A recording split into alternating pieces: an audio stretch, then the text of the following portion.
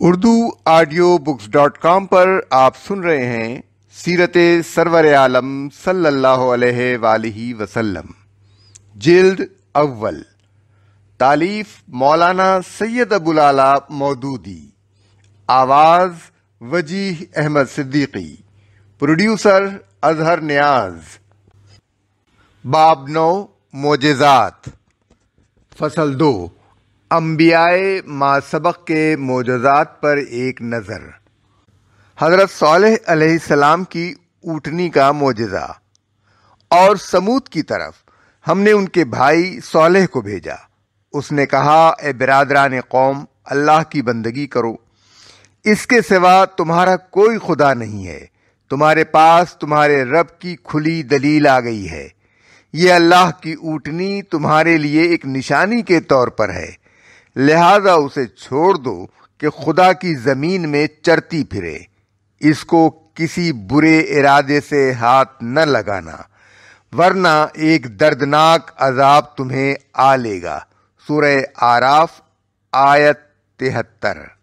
ظاہر عبارت سے صاف محسوس ہوتا ہے کہ پہلے فقرے میں اللہ کی جس کھلی دلیل کا ذکر فرمایا گیا ہے اس سے مراد یہی اونٹنی ہے، جسے اس دوسرے فقرے میں نشانی کے لفظ سے تعبیر کیا گیا ہے۔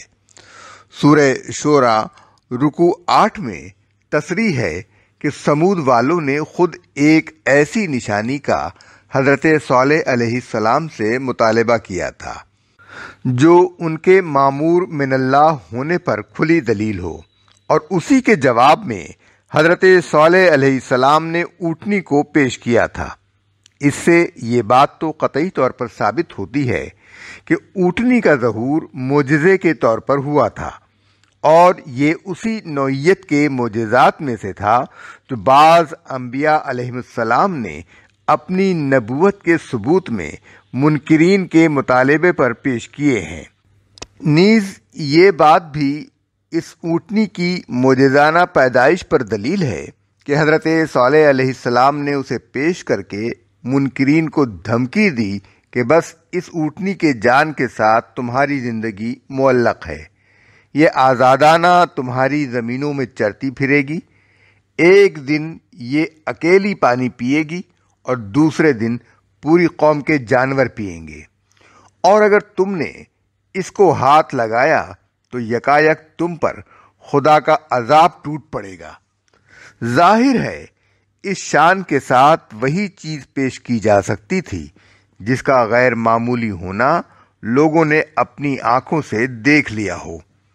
پھر یہ بات کہ ایک کافی مدت تک یہ لوگ اس کے چرتے پھرنے کو اور اس بات کو کہ ایک دن تنہا وہ پانی پیے اور دوسرے دن ان کے سب جانور پئیں، بادل ناخواستہ برداشت کرتے رہے، اور آخر بڑے مشوروں اور سازشوں کے بعد انہوں نے اسے قتل کیا۔ درا حالی کہ حضرت صالح علیہ السلام کے پاس کوئی طاقت نہ تھی جس کا انہیں کوئی خوف ہوتا۔ اس حقیقت پر مزید دلیل یہ ہے کہ وہ اس اونٹنی سے خوفزدہ تھے اور جانتے تھے کہ اس کے پیچھے ضرور کوئی زور ہے جس کے بل پر وہ ہمارے درمیان دندناتی پھرتی ہے۔ قرآن اس امر کی کوئی تصریح نہیں کرتا کہ یہ اونٹنی کیسی تھی اور کس طرح وجود میں آئی۔ کسی صحیح حدیث میں بھی اس کی کیفیت بیان نہیں کی گئی ہے، اس لیے ان روایات کو تسلیم کرنا کچھ ضروری نہیں جو مفسرین نے اس کی کیفیت پیدائش کے متعلق نقل کی ہیں، لیکن یہ بات کہ وہ کسی نہ کسی طور معجزے کی حیثیت رکھتی تھی قرآن سے ثابت ہے۔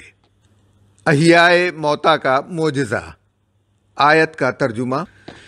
یا پھر مثال کے طور پر اس شخص کو دیکھو جس کا گزر ایک ایسی بستی پر ہوا جو اپنی چھتوں پر اوندھی گری پڑی تھی۔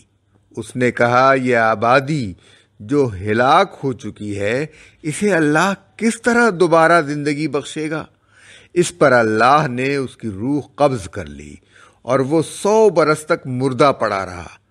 پھر اللہ نے اسے دوبارہ زندگی بخشی اور اس سے پوچھا، بتاؤ کتنی مدت پڑھے رہے ہو؟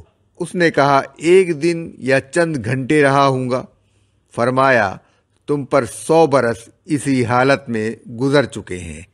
اب ذرا اپنے کھانے اور اپنے پانی کو دیکھو کہ اس میں ذرا تغیر نہیں آیا ہے۔ دوسری طرف ذرا اپنے گدھے کو بھی دیکھو کہ اس کا پنجر تک بوسیدہ ہو رہا ہے، اور یہ ہم نے اس لیے کیا ہے کہ ہم تمہیں لوگوں کے لیے ایک نشانی بنا دینا چاہتے ہیں۔ پھر دیکھو کہ ہڈیوں کے اس پنجر کو ہم کس طرح اٹھا کر گوشت پوست اس پر چڑھاتے ہیں۔ اس طرح جب حقیقت اس کے سامنے بالکل نمایاں ہو گئی تو اس نے کہا، میں جانتا ہوں کہ اللہ ہر چیز پر قدرت رکھتا ہے۔ سورہ بقرہ آیت 259۔ یہ ایک غیر ضروری بحث ہے کہ وہ شخص کون تھا اور وہ بستی کون سی تھی۔ اصل مدعا جس کے لیے یہاں ذکر لایا گیا ہے صرف یہ بتانا ہے کہ جس نے اللہ کو اپنا ولی بنایا تھا اسے اللہ نے کس طرح روشنی عطا کی۔ شخص اور مقام دونوں کی تعین کا نہ ہمارے پاس کوئی ذریعہ نہ اس کا کوئی فائدہ۔ البتہ بات کے بیان سے ظاہر ہوتا ہے کہ جن صاحب کا یہ ذکر ہے وہ ضرور کوئی نبی ہوں گے۔ اس سوال کے یہ معنی نہیں ہے کہ وہ بزرگ حیات بعد الموت کے منکر تھے یا انہیں اس میں شک تھا، بلکہ دراصل وہ حقیقت کا عینی مشاہدہ چاہتے تھے، جیسا کہ انبیاء کو کرایا جاتا رہا ہے۔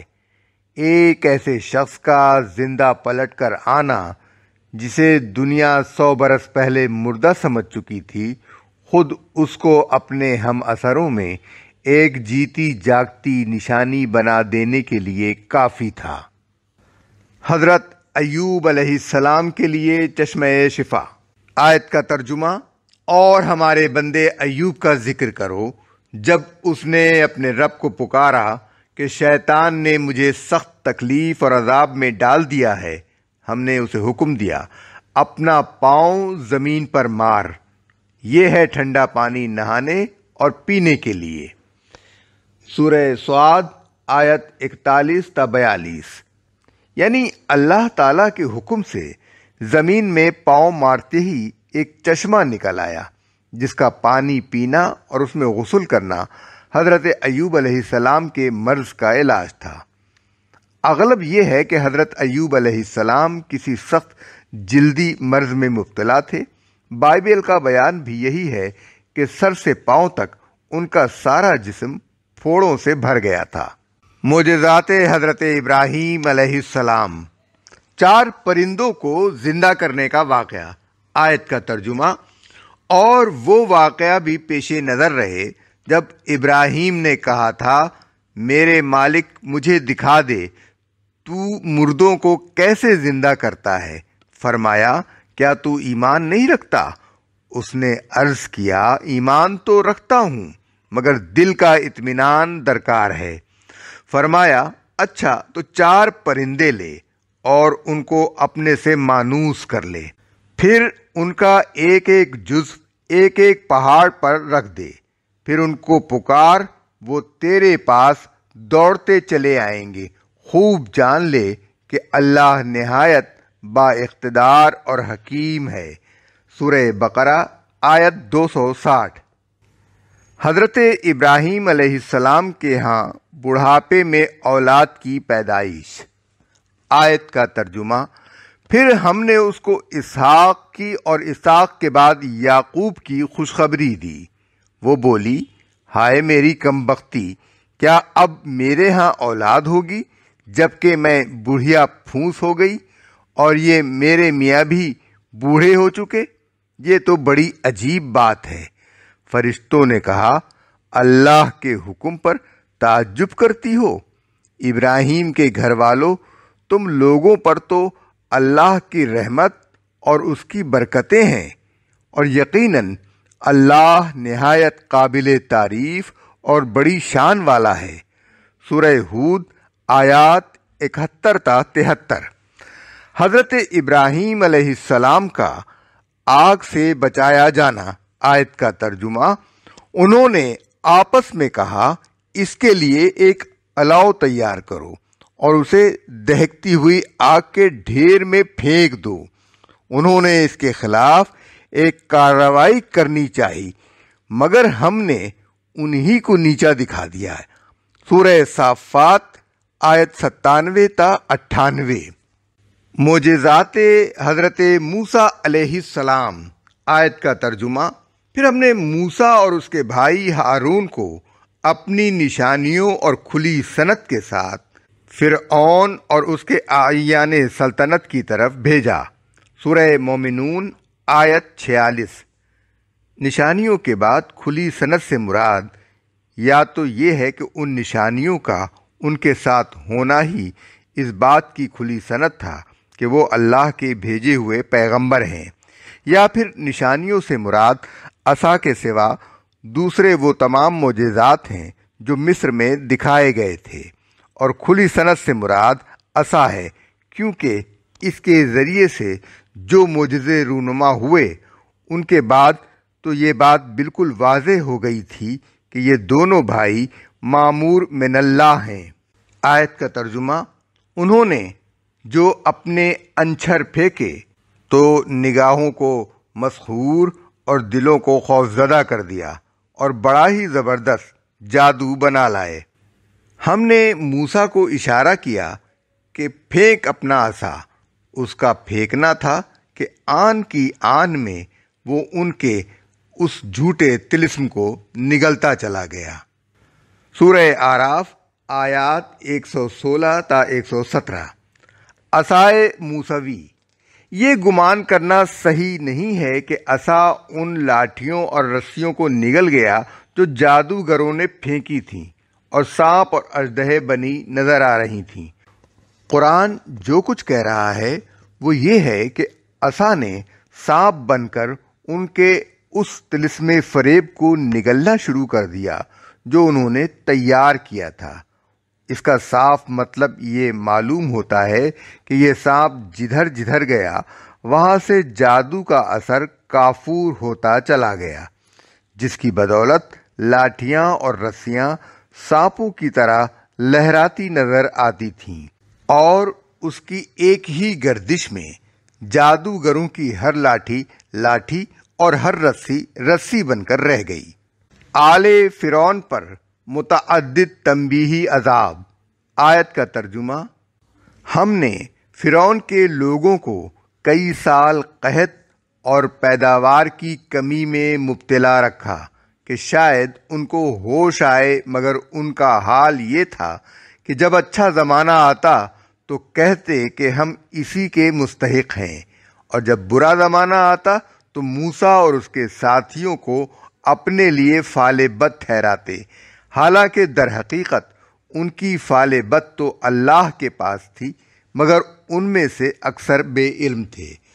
انہوں نے موسیٰ سے کہا کہ تو ہمیں مسحور کرنے کے لیے خواہ کوئی نشانی لے آئے، ہم تیری بات ماننے والے نہیں۔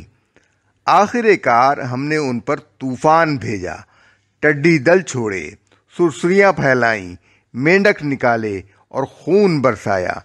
یہ سب نشانیاں الگ الگ کر کے دکھائیں، مگر وہ سرکشی کیے چلے گئے اور وہ بڑے ہی مجرم لوگ تھے۔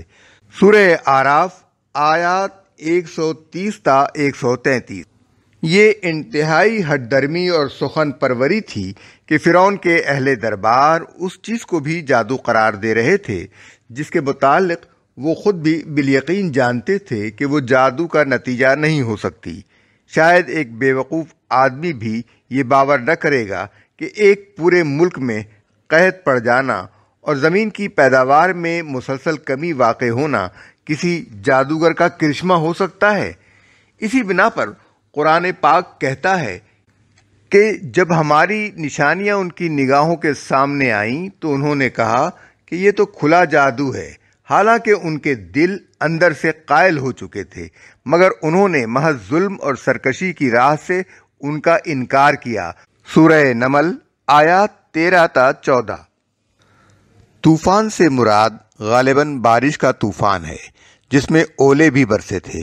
اگرچہ طوفان دوسری چیزوں کا بھی ہو سکتا ہے، مگر بائبل میں ژالہ باری کے طوفان کا ہی ذکر ہے، اس لیے ہم اس معنی کو ترجیح دیتے ہیں۔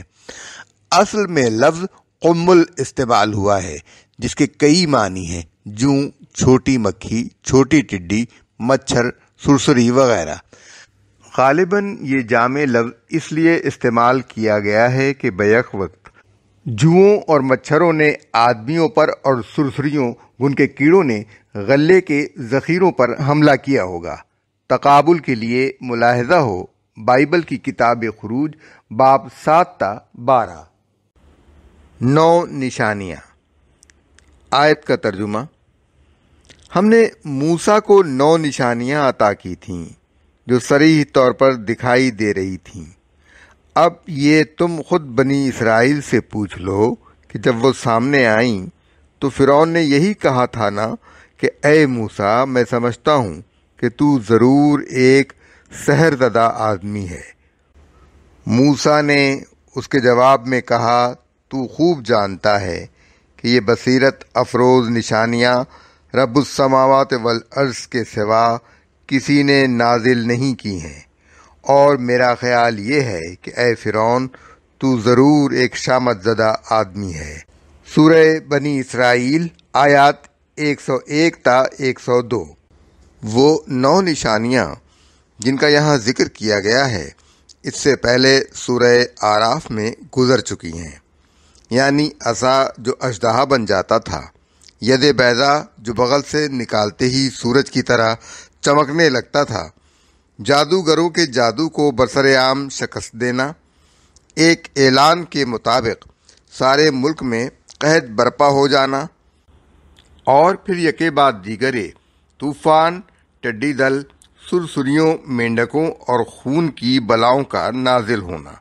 حضرت موسیٰ علیہ السلام نے فرعون کی بات کا جو جواب دیا اس کا مطلب یہ تھا کہ کسی ملک میں قحط آ جانا یا لاکھوں مربع میل زمین پر پھیلے ہوئے علاقوں میں مینڈکوں کا ایک بلا کی طرح نکلنا، یا تمام ملک کے غلے کے گوداموں میں گھن لگ جانا، اور ایسے ہی دوسرے عام مصائب کسی جادوگر کے جادو یا کسی انسانی طاقت کے کرتب سے رونما نہیں ہو سکتے۔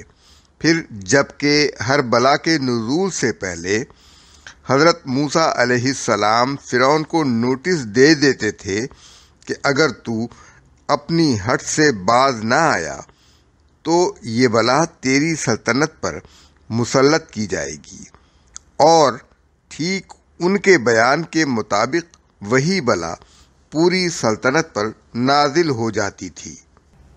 تو اس صورت میں صرف ایک دیوانہ یا سخت ہٹ دھرم آدمی ہی یہ کہہ سکتا تھا کہ ان بلاؤں کا نزول رب السماوات والارض کے سوا کسی اور کی کارستانی کا نتیجہ ہے۔ عصا سے بحر کا پھٹنا۔ آیت کا ترجمہ: ہم نے موسیٰ پر وحی کی کہ اب راتوں رات میرے بندوں کو لے کر چل پڑ اور ان کے لیے سمندر میں سوکھی سڑک بنا لے، تجھے کسی کے تعاقب کا ذرا خوف نہ ہو اور نہ سمندر کے بیچ سے گزرتے ہوئے ڈر لگے۔ سورہ طٰہٰ آیت 77۔ اس اجمال کی تفصیل یہ ہے کہ اللہ تعالیٰ نے آخر کار ایک رات مقرر فرما دی جس میں تمام بنی اسرائیل اور غیر اسرائیلی مسلمانوں کو، جن کے لیے میرے بندوں کا جامع لفظ استعمال کیا گیا ہے، مصر کے ہر حصے سے ہجرت کے لیے نکل پڑنا تھا۔ یہ سب لوگ ایک طے شدہ مقام پر جمع ہو کر ایک قافلے کی صورت میں روانہ ہو گئے۔ اس زمانے میں نہر سوئز موجود نہ تھی۔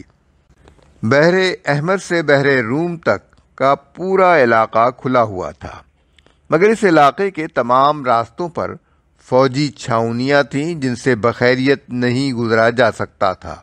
اس لیے حضرت موسیٰ علیہ السلام نے بحر احمر کی طرف جانے والا راستہ اختیار کیا غالباً ان کا خیال یہ تھا کہ سمندر کے کنارے کنارے چل کر جزیرہ نمائے سینا کی طرف نکل جائیں، لیکن ادھر سے فرعون ایک لشکر عظیم لے کر تعاقب کرتا ہوا ٹھیک اس موقع پر آ پہنچا جبکہ یہ قافلہ ابھی سمندر کے ساحل ہی پر تھا۔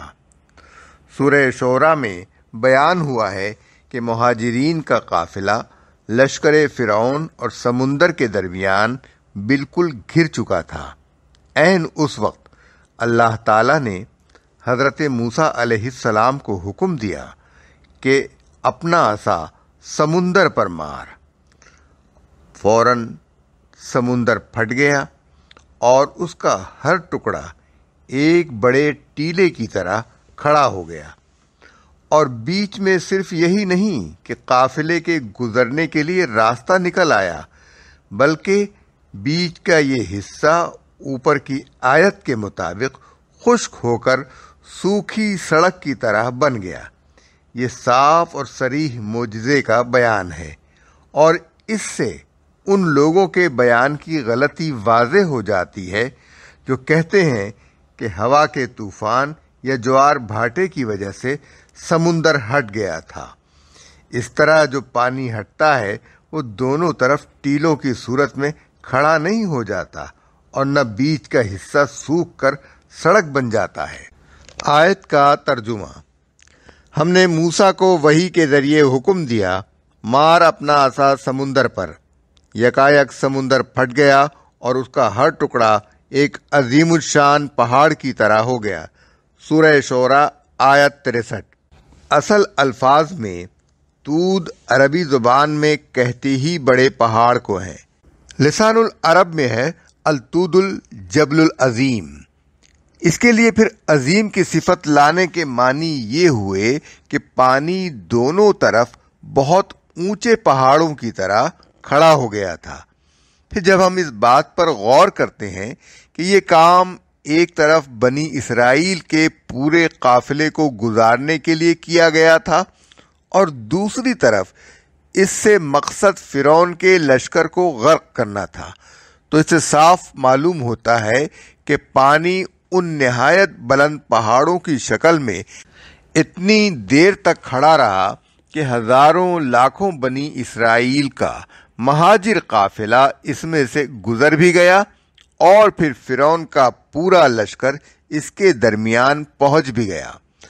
ظاہر ہے کہ عام قانون فطرت کے تحت جو طوفانی ہوائیں چلتی ہیں وہ خواہ کیسی ہی تند و تیز ہوں، ان کے اثر سے کبھی سمندر کا پانی اس طرح عالی شان پہاڑوں کی طرح اتنی دیر تک کھڑا نہیں رہا کرتا۔ اس پر مزید سورہ طٰہٰ کا یہ بیان ہے کہ ان کے لیے سمندر میں سوکھا راستہ بنا دے۔ اس کے معنی یہ ہے کہ سمندر پر عصا مارنے سے صرف اتنا ہی نہیں ہوا کہ سمندر کا پانی ہٹ کر دونوں طرف پہاڑوں کی طرح کھڑا ہو گیا، بلکہ بیچ میں جو راستہ نکلا وہ خشک بھی ہو گیا۔ کوئی کیچڑ ایسی نہ رہی جو چلنے میں مانع ہوتی۔ یہ صریحاً ایک معجزے کا بیان ہے، اور اس سے ان لوگوں کے خیال کی غلطی بالکل واضح ہو جاتی ہے جو اس واقعے کی تعبیر عام قوانین فطرت کے تحت کرنے کی کوشش کرتے ہیں۔ من و سلویٰ کا نزول۔ آیت کا ترجمہ: اور تم پر من و سلویٰ اتارا۔ سورہ طٰہٰ آیت 80۔ بائبل کا بیان ہے کہ مصر سے نکلنے کے بعد جب بنی اسرائیل دشت سین میں ایلیم اور سینا کے درمیان گزر رہے تھے اور خوراک کے ذخیرے ختم ہو کر فاقوں کی نوبت آ گئی تھی، اس وقت من و سلویٰ کا نزول شروع ہوا اور فلسطین کے آباد علاقے میں پہنچنے تک پورے 40 سال یہ سلسلہ جاری رہا۔ خروج باب 16، گنتی باب 11 آیت 7 تا 9، یشوع باب 5 آیت 12۔ کتاب خروج میں من و سلویٰ کی یہ کیفیت بیان کی گئی ہے، اور یوں ہوا کہ شام کو اتنی بٹیریں آئیں کہ ان کی خیمہ گاہ کو ڈھانک لیا، اور صبح کو خیمہ گاہ کے آس پاس اوس پڑی ہوئی تھی، اور جب وہ اوس سوکھ گئی تو کیا دیکھتے ہیں کہ بیابان میں ایک چھوٹی چھوٹی گول گول چیز، ایسی چھوٹی جیسے پالے کے دانے ہوتے ہیں، زمین پر پڑی ہے۔ بنی اسرائیل اس کو دیکھ کر آپس میں کہنے لگے کیونکہ وہ نہیں جانتے تھے وہ کیا ہے۔ باب 16 آیت 13 تا 15۔ اور بنی اسرائیل نے اس کا نام من رکھا، اور وہ دھنیے کے بیج کی طرح سفید، اور اس کا مزہ شہد کے بنے ہوئے پوئے کی طرح تھا۔ آیت 31۔ گنتی میں اس کی مزید تشریح یہ ملتی ہے، لوگ ادھر ادھر جا کر اسے جمع کرتے، اسے چکی میں پیستے یا اوکھلی میں کوٹ لیتے تھے، پھر اسے ہانڈیوں میں ابال کر روٹیاں بناتے تھے۔ اس کا مزہ تازہ تیل کا سا تھا، اور رات کو جب لشکر گاہ میں اوس پڑتی تو اس کے ساتھ من بھی گرتا تھا۔ باب 11 آیت 8 تا 9۔ یہ بھی ایک معجزہ تھا، کیونکہ 40 برس بعد جب بنی اسرائیل کے لیے خوراک کے فطری ذرائع بہم پہنچ گئے تو یہ سلسلہ بند کر دیا گیا۔ اب نہ اس علاقے میں بٹیروں کی وہ کثرت ہے، نہ من ہی کہیں پایا جاتا ہے۔ تلاش و جستجو کرنے والوں نے ان علاقوں کو چھان مارا ہے جہاں بائبل کے مطابق بنی اسرائیل نے 40 سال تک دست نوردی کی تھی، من ان کو کہیں نہ ملا۔ البتہ کاروباری لوگ خریداروں کو بیوقوف بنانے کے لیے من کا حلوہ ضرور بیچتے پھرتے ہیں۔ معجزات حضرت سلیمان علیہ السلام۔ پرندوں کی بولیوں کا علم۔ آیت کا ترجمہ۔ اور اس نے کہا، لوگوں، ہمیں پرندوں کی بولیاں سکھائی گئی ہیں۔ سورہ نمل آیت 16۔ بائبل اس ذکر سے خالی ہے کہ حضرت سلیمان علیہ السلام کو پرندوں اور جانوروں کی بولیوں کا علم دیا گیا تھا، لیکن بنی اسرائیل کی روایات میں اس کی صراحت موجود ہے۔ جوئش انسائکلوپیڈیا جلد 11 صفحہ 439۔ ان کے لیے جنوں کا مسخر ہونا۔ آیت کا ترجمہ۔ سلیمان کے لیے جن اور انسانوں اور پرندوں کے لشکر جمع کیے گئے تھے جو پورے ضبط میں رکھے جاتے تھے۔ سورہ نمل آیت 17۔ ملکہ سبا کا تخت آنن فانن لایا جانا۔ آیت کا ترجمہ۔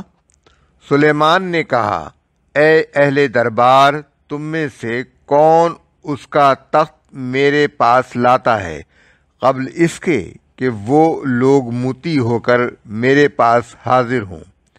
جنوں میں سے ایک قوی ہیکل نے عرض کیا، میں اسے حاضر کر دوں گا قبل اس کے کہ آپ اپنی جگہ سے اٹھیں۔ میں اس کی طاقت رکھتا ہوں اور امانت دار ہوں۔ جس شخص کے پاس کتاب کا ایک علم تھا وہ بولا، میں آپ کی پلک جھپکنے سے پہلے اسے لائے دیتا ہوں۔ جو ہی کہ سلیمان نے وہ تخت اپنے پاس رکھا ہوا دیکھا، وہ پکار اٹھا، یہ میرے رب کا فضل ہے۔ دوسرے انبیاء کے چند اور معجزات۔ قصہ یونس کے معجزاتی پہلو۔ آیت کا ترجمہ۔ اور یقیناً یونس بھی رسولوں میں سے تھا۔ یاد کرو جب وہ ایک بھری کشتی کی طرف بھاگ نکلا، پھر قرآن اندازی میں شریک ہوا اور اس میں مات کھائی، آخر کار مچھلی نے اسے نگل لیا اور وہ سلامت زدہ تھا۔ اب اگر وہ تسبیح کرنے والوں میں سے نہ ہوتا تو روز قیامت تک اسی مچھلی کے پیٹ میں رہتا۔ آخر کار ہم نے اسے بڑی سقیم حالت میں ایک چٹیل زمین پر پھینک دیا اور اس پر ایک بیلدار درخت اگا دیا۔ سورہ صافات آیت 140 تا 146۔ حضرت زکریا علیہ السلام کے لیے سن رسیدہ بیوی سے اولاد۔ آیت کا ترجمہ۔ تو مجھے اپنے فضل خاص سے ایک وارث عطا کر دے جو میرا وارث بھی ہو اور آل یعقوب علیہ السلام کی میراث بھی پائے، اور اے پروردگار اس کو ایک پسندیدہ انسان بنا۔ جواب دیا گیا، اے زکریا، ہم تجھے ایک لڑکے کی بشارت دیتے ہیں جس کا نام یحییٰ ہوگا۔ ہم نے اس نام کا کوئی آدمی اس سے پہلے پیدا نہیں کیا۔ عرض کیا، پروردگار، بھلا میرے ہاں کیسے بیٹا ہوگا جبکہ میری بیوی بانجھ ہے اور میں بوڑھا ہو کر سوکھ چکا ہوں؟ جواب ملا، ایسا ہی ہوگا۔ تیرا رب فرماتا ہے کہ یہ تو میرے لیے ایک ذرا سی بات ہے، آخر اس سے پہلے میں تجھے پیدا کر چکا ہوں جبکہ تو کوئی چیز نہ تھا۔ زکریا نے کہا، پروردگار، میرے لیے کوئی نشانی مقرر کر دے۔ فرمایا، تیرے لیے نشانی یہ ہے کہ تو پہم 3 دن لوگوں سے بات نہ کر سکے۔ سورہ مریم آیت 6 تا 10۔